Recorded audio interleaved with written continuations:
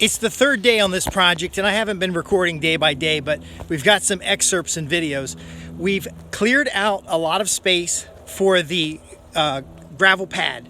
Now, I've got some design drawings for the gravel pad. We're going to be working with the excavator with the bucket today, but I've got some designs that you can download on the gravel pad itself. By the way, I'm Justin Hitt with Prosperity Homestead, and we're on site here getting a container barn up and running.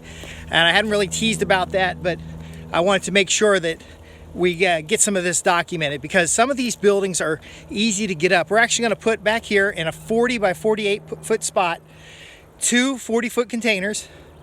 One container is going to be somewhat climate controlled for feed and seed, and the other one is just going to be for tools and equipment.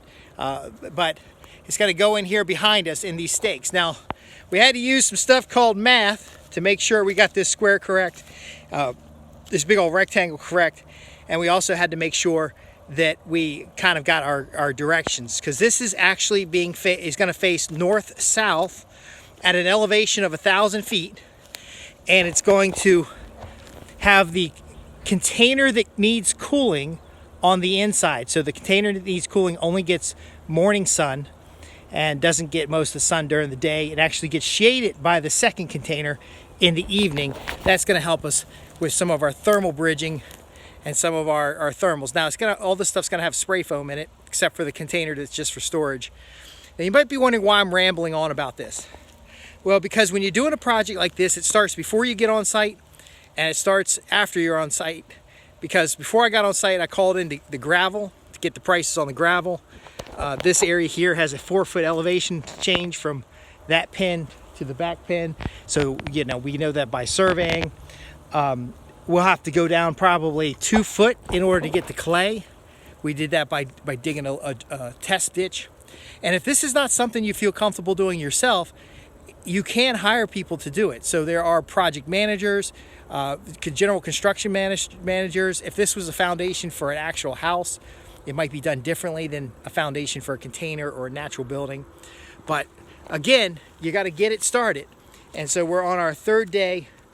And the woods have been cleared probably from where that stake is right there all the way to that corner. And then when I map this all out, my north-south triangle, now my north-south rectangle. Now again, why is it north and south? Well, in this hemisphere, we want good sun exposure into the openings of the building, but I don't want the broad side of the containers in full sun. So we're reducing the amount the containers are going to heat up. The second point too is that we're going to put a pavilion over top of it. It might be a karate dojo, I'm not really sure, but when we put a natural building over top of it, some kind of canopy, then it's going to drain into my core area where I can rainwater capture, and then it'll drain out the courtyard where I can also rainwater capture. And then I'll have two tanks with large square footage of roofs. This is actually put together on a grid structure like I talked to you about in the courtyard program, and about the natural house design when it comes to your village or intentional community setup. The north-south facing gives us good sun. It's going to give us good heat gain. If we have a building in the back, we can get good solar panels going off that roof. But everything being on a grid helps you plan it out on paper before you put it in place. Now, you might want a more organic layout. You're still going to have what's called solar aspect. Where is that sun in the sky at what time of the day, so that we can benefit from the warmth? I can feel it on my face. I can feel it on my arm, the warmth of that sun. So again, it's as easy as getting these stakes out. Then we had a little challenge. So this 40-foot by 48-foot area, we actually have this little wing off the side here, because notice, if we put another rectangle here, which was going to be for the tiny houses, or the small sheds, then we're going to hit those trees over there. So I don't want to cut down any more trees, so we're going to get the containers in place. 2 40-foot containers, prices may vary, but it's going to go in this space and give me my main walls, and then maybe next year I'll get a roof on it. I can put a canvas roof in the short term, but again, in order to make this a level spot, because I got a 4-foot elevation change, I need to raise this back. So it means we got to scrape off all the topsoil, put the topsoil aside, and then where do I get my dirt from to raise it? Well, right behind me in this elevation.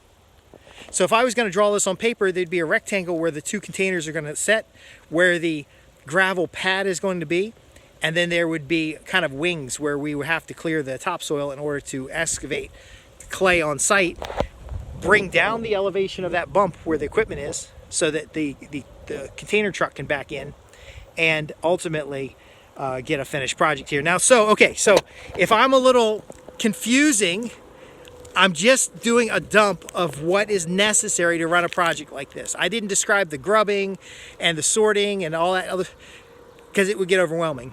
But it is not overwhelming if you write down a plan on paper. If you sit down and write up a plan on paper and you have your phases, what are we working on today, break it down into days, that's the value of the project management. That is what gets you a project like this done. So, what are your takeaway tips? Number 1, always plan on paper. Number 2, break your plan down into achievable steps. Number 3, get the right resources and people together, which means you might be working on site with equipment contractors. I can barely run that thing. But you're going to run it with it. You're going to be out here with your equipment contractors. You're going to be out here with, in this case, we got a film crew coming over here later for another person's project.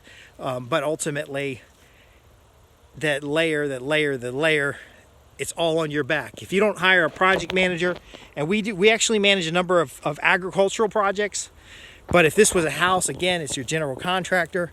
I'm not criticizing people that want to do it themselves. And yes, you're more than likely capable of doing it yourself, but is it the most effective use of your time? Is it the best revenue generation? Are you even efficiently using the equipment? I guess I'll talk about it. That nice neat pile down there is done by somebody else. That old whatever the hell that is over there took me 3 times as long, and it isn't a nice neat little pile. Again, do you know how to use the equipment? Yes, probably, but are you using it efficiently to get the job at hand done? Now with the design things, these tree lines make it look like that my rectangle is off, but my rectangle is actually north-south like it's supposed to be, and it's just this edge of the tree is off. Anyway, I'm going to wrap up here. I got these trees to cut down with the chainsaw before the guys get here to start grubbing stumps. After we grub stumps, we're going to pull off the topsoil, set that aside. Topsoil is gold, and then we're going to get down to that clay to get us a nice big level pad. We may have to impact, so it's 48 foot by 40 foot pad is what we're going to end up with. We might have to interact with probably, I think, 75 by 80 foot of soil space. Now I'm going to do the math to make sure we don't need a soil disturbance permit, because that's another thing that we're not even talking about in these videos, is the laws, rules, and regulations of what you're allowed and not allowed to do. You know, you don't even really own your property. You kind of rent it from the government, and then you got to ask their permission to do things with it. You got to get your independence. You got to find a community, get on agricultural land, start gathering up that agricultural land, start getting it under productive use, start getting be the change that you want to be. The regenerative farming. We're getting this barn up here so we have proper safety and shelter for animals, storage of their feed mostly. But also, the animals are going to enjoy these woods. We didn't just clear cut everything. We thought about it, but the animals are going to enjoy these woods. The chickens and the pigs are going to scratch this stuff up. The garden's going to nursery some trees that we're going to put out, fruit trees, hedges, things like that.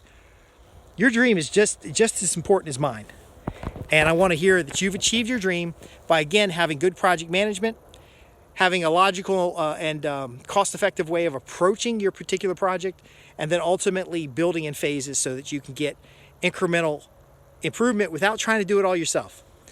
Because very often you can earn the money, build the community. The guy who's delivering the rock lives nearby. The rocks are coming from a location that's nearby, actual out of the ground in a location nearby. Everybody working on this job lives around here. This is how you build community. If you got to go out and bring the money in, that's okay. Bring the money in, distribute it in your community, build your homestead, build your dream.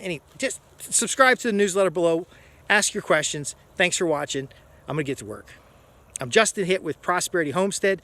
You can visit at www.prosperityhomestead.org, where we have more resources and a free newsletter and a way for you to ask questions